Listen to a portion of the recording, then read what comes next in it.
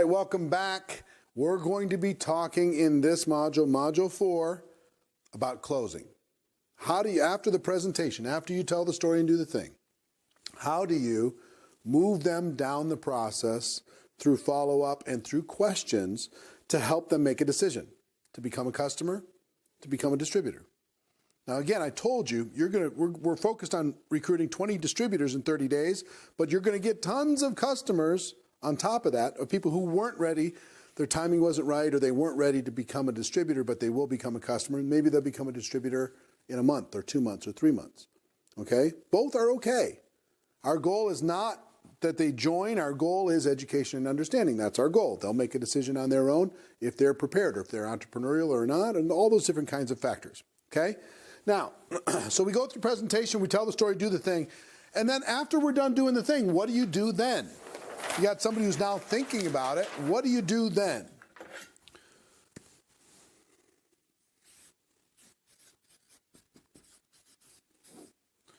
Some people don't like it when I use the word closing, you know, because it's like it sounds so hardcore. But really, we're trying to help a person make a decision that they want to make, okay? And there's a process to do this. There's a simple process to do this. Now, some of this might feel overwhelming. I hope not, because, look, we prepared you to start. We let you see the value of this. And then we talk to you about how do you build your list. We give you some tools to do that. How do you invite those people to sit down with you, and how to fill your calendar, how to present to them by telling the story and doing the thing. Hopefully it's not too overwhelming so far. Okay, you should be able to fill the calendar and tell the story, do the thing. Everybody watching can do that. But there's a little bit of practice involved in this. A little bit, not a lot. But let me just walk you through what I would do at the end of any presentation. Once I told the story and did the thing, I would ask a question. Question number 1.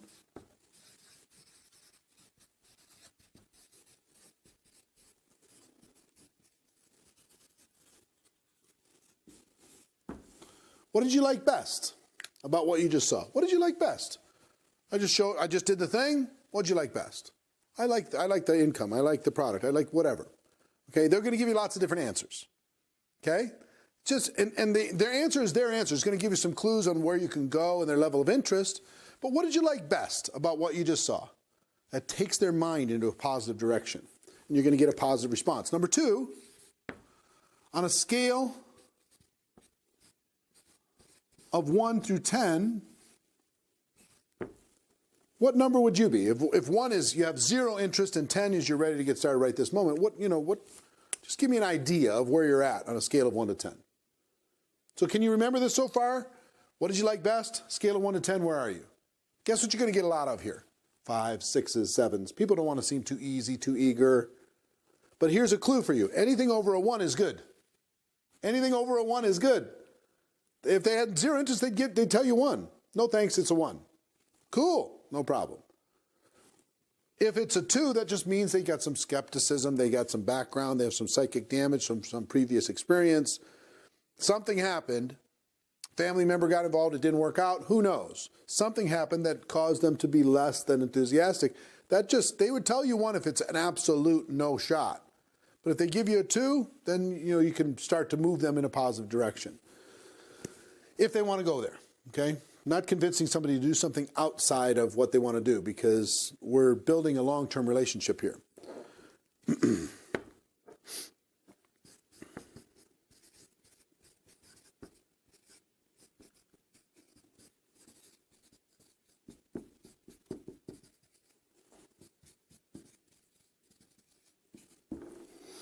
Hypothetical part-time income. So here's what I would ask. I would just say, look, what did you like best? Well, I like the residual income. Fantastic. On a scale of 1 to 10, 1, you have 0 interest, 10, you're ready to go. Where do you find yourself? Where do you see yourself? Well, I'm a 6. That's fine. That's fair. Hypothetically, if you're going to get started with this opportunity on a part-time basis, hypothetically, if you're going to get started with this on a part-time basis, off the record, between you and me, what kind of income would you need to make per month in order for this to be worth your time? Really important language. in order for this to be worth your time. Every single person on earth has a number where it would become worth their time to do it. Hypothetically, if you were to do this on a part-time basis, how much income would you need to make on a monthly basis in order to make this worth your time? And then they're going to give you a number. And instead of saying, oh, hey, if you can earn $10,000, would you be interested? Don't ask that question. Ask them. Their answers are really important. It's super important that you don't answer this for people. What did you like best? Let them answer. On a scale of 1 to 10, where are they? Let them answer. Hypothetically, how much would you need to earn on a part-time basis to make this worth your time? Let them answer. Okay? Number 4, it's the Super Ninja pen. Number 4, how many hours per week?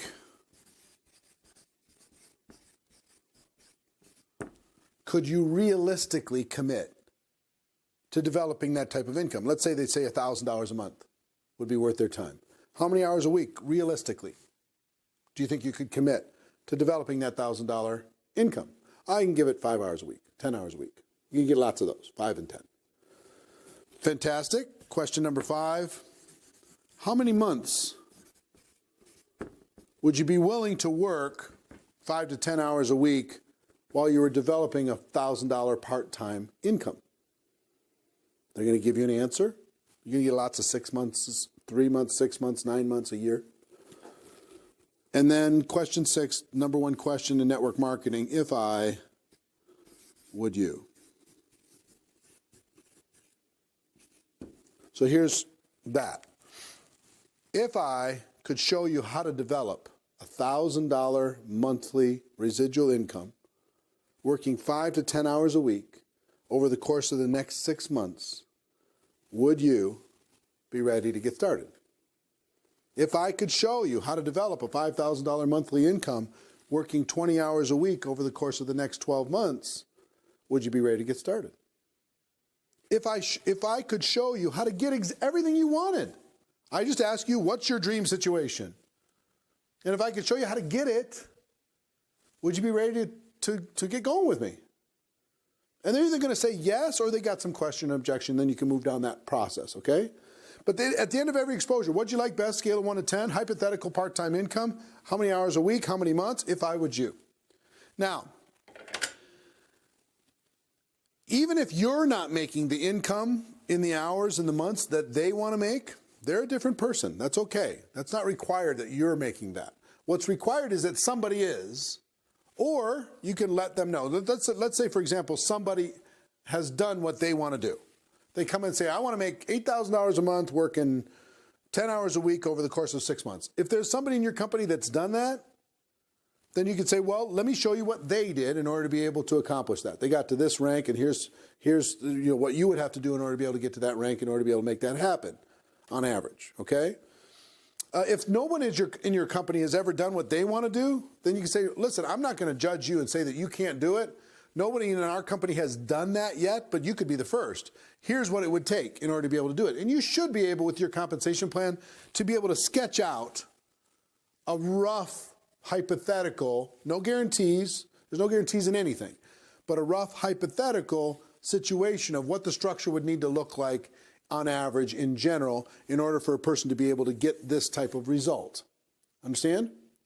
So these 6 questions, what'd you like best, scale of 1 to 10, hypothetical part-time income, how many hours a week, how many months would you be willing to do it? If I could show you how to get what you want, would you be ready to get started? They either say yes or I've got more questions. And if they have more, then we get to objections. And objections are pretty simple. I'm going to give you a general rule on objections. First of all, if you tell your story properly, you're going to get way less objections. If you tell the story and do the thing, you're going to get way less objections. If you go through this process, you're going to get way less objections. If you just start saying, well, what'd you think? You're going to get lots of objections.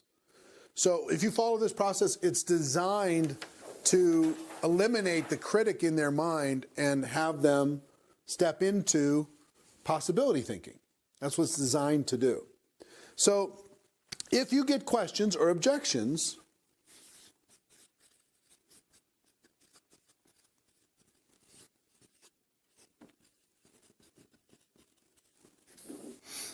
if you get questions or objections, understand that there's really only two types. One, they have a limiting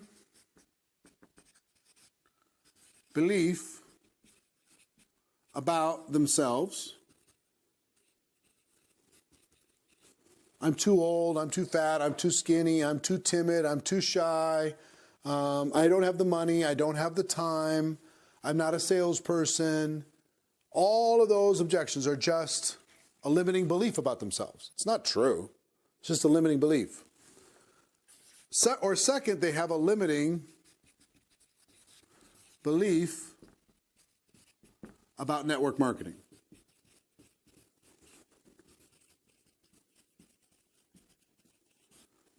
Oh, it's a scam. Only the people at the top make money. You have to get involved early.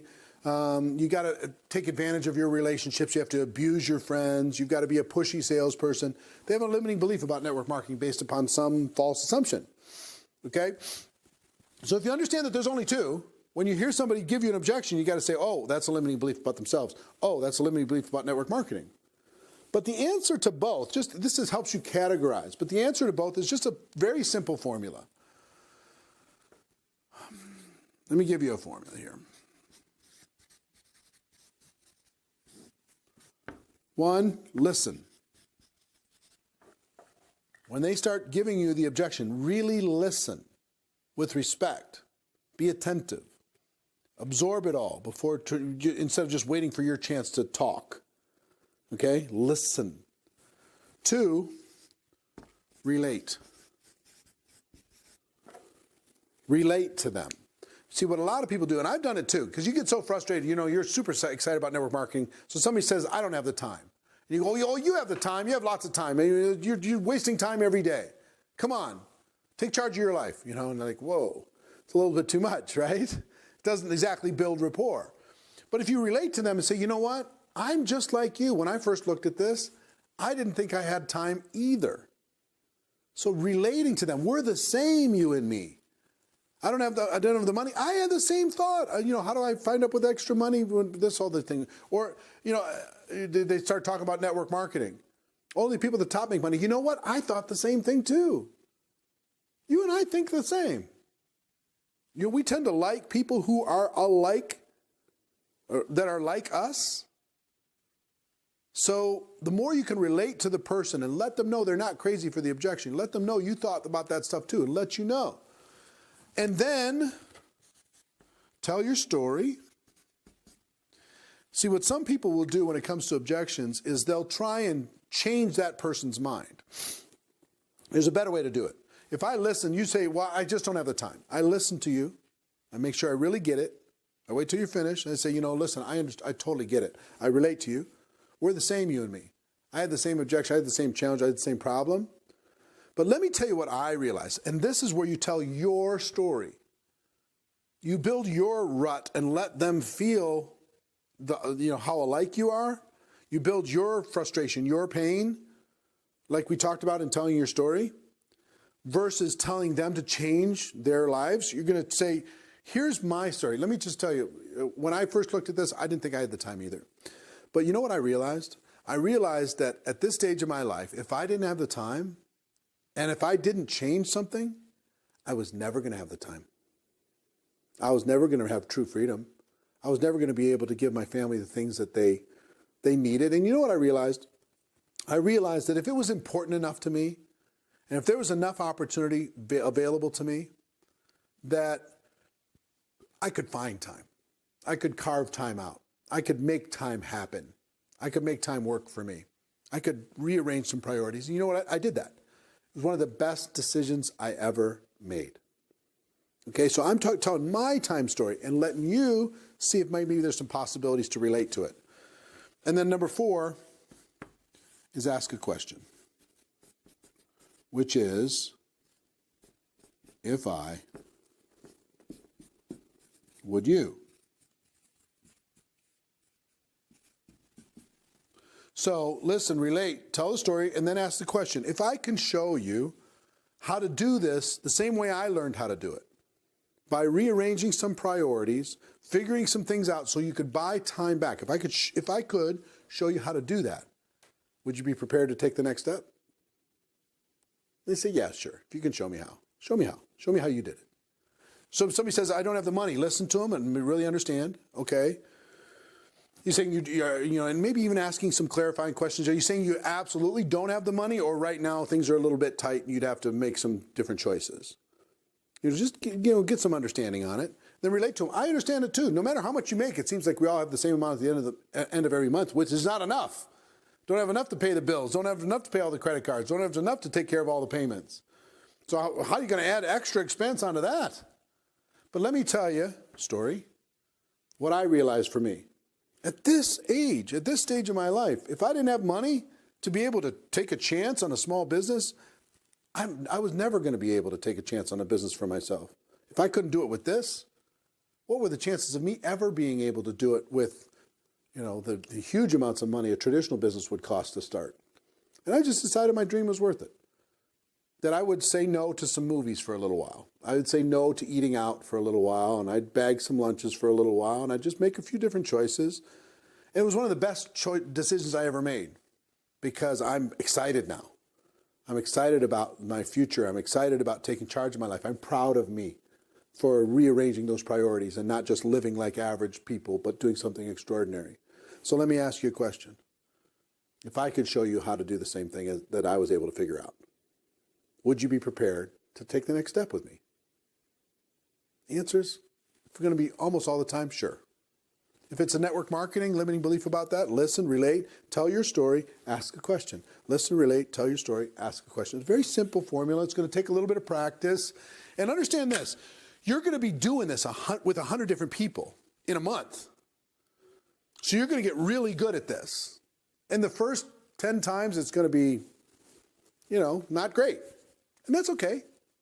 Maybe you can practice with some friends, practice with some family, because you're going to use that. Remember, respect, practice, and support. Those 3 words we talked about with Hot Market.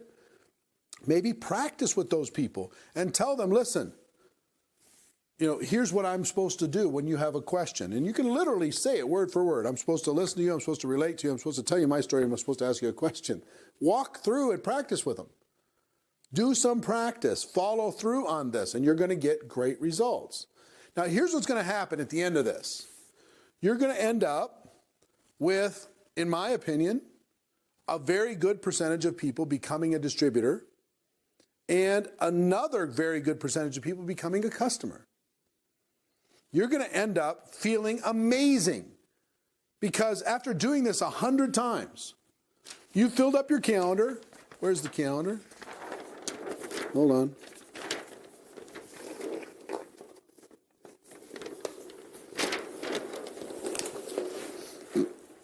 You've sent out 200 text messages now, right? You did this in the end of whatever month before the 30 days that you're going to do this. You filled that entire calendar, packed it. You didn't know what to say, and I gave you some structure to be able to do that. In your presentation, you're going to tell the story and you're going to do the thing. Tell the story and do the thing. Every one of you can do that, and so long as you focus on the story and you make sure you cover all 4 points, you're going to have very good reception to what it is that you're there to do. And our goal, again, education and understanding. That's our goal. And at the end of every presentation, you're going to just go ask them some questions. What'd you like best? Scale of 1 to 10. Hypothetical, part-time, how many hours, how many months, if I would you. And then if you get questions or objections, and if you do the other parts right, the more kind of unskilled you are, the more questions and objections you're going to get, the more lack of confidence you show. If you show you're timid, weak, or meek, or apologizing all the time, you're going to find you're going to get much more questions and objections because you're planting seeds of doubt in people's minds by your posture, right? But remember I told you my friend Terry did 140 presentations over the course of the first that 10-day blast? Well, when he first started, the presentations were like 30 and 40 minutes long, and he was a little bit timid with them. But after about 10 or 15, he was just bang, bang, bang. Here's my story. Here's my, he told the story. He did the thing. He said, are you in or are you out? He was just super bold because he was doing it so much. He got in a groove. He got in a rhythm with it. He was doing it so much, and he got so much posture with it that his results went up and up and up because he was more and more confident. the fact that you're going to be doing this over a month, you're going to get really good, really fast. Okay? So you can just make, hey, here's this. Are you in or you out? I'm bringing in 20 over the course of this month. I'm putting together the dream team. You either want to be part of it or you don't. You want to be part of something incredible over the next 12 months and the rest of our lives or not. The people who decide to get in are going to make a good decision. The people decide that now's not the time, it's going to be a bad decision, in my opinion. I love you anyway. But, hey, the train's leaving, I'm going to go. You got some energy now, right? You got some momentum, you got some enthusiasm, you got some excitement. And people are attracted to something that is in motion, attracted to something that is not just so needy. Because when you do this once a month or once every 2 months, you're so needy. Your posture is so, thank you so much for meeting with me. Thank you so much for listening to my story. Thank you. You're just so many times so pitiful, so filled with a lack of confidence that people are like, I don't want to do what you're doing with people that I know. Be bold, but boldness comes from repetition. And that's what this is going to force you to do. It's going to put you in the deep end of the pool and you're going to learn how to swim. Over the course of that month, you're going to get good at this. All right? Getting good. So this process will help you get those people to a positive decision. And understand it might take 3, 4, 5, 6 exposures, answer an objection. Maybe they try the product, because again, the first 10 days, we're going to be heavily loaded on presentations. Second 10 days, lots of follow-up, getting questions answered. They're trying the product. They're sampling this. They're talking to their spouse, all that other kind of stuff. The last 10 days, a lot of emphasis on helping those people get over the fence and make a decision, okay? Some are going to join in all 3 sections of the 30-day cycle, but just understand the primary focus of each is going to be slightly different. Got it? All right. Now, in the last module, Module 5, I'm going to talk to you about one bonus structure or one bonus concept to force you to get your 20 and 30. One idea that I will give you that will provide fuel and momentum and certainty to getting the 20 and 30 done. And then we're going to talk about how to get your brand new people started effectively. Okay? So I hope you've enjoyed the journey up until now. I hope you've gotten value. That's my goal, is to over-deliver on value. I want more people to get 20 and 30 than has ever happened in network marketing out of a group of students here engaged in growing their business and growing their lives and helping other people do the same thing. So hope you enjoyed this module. See you on part 5 on the other side.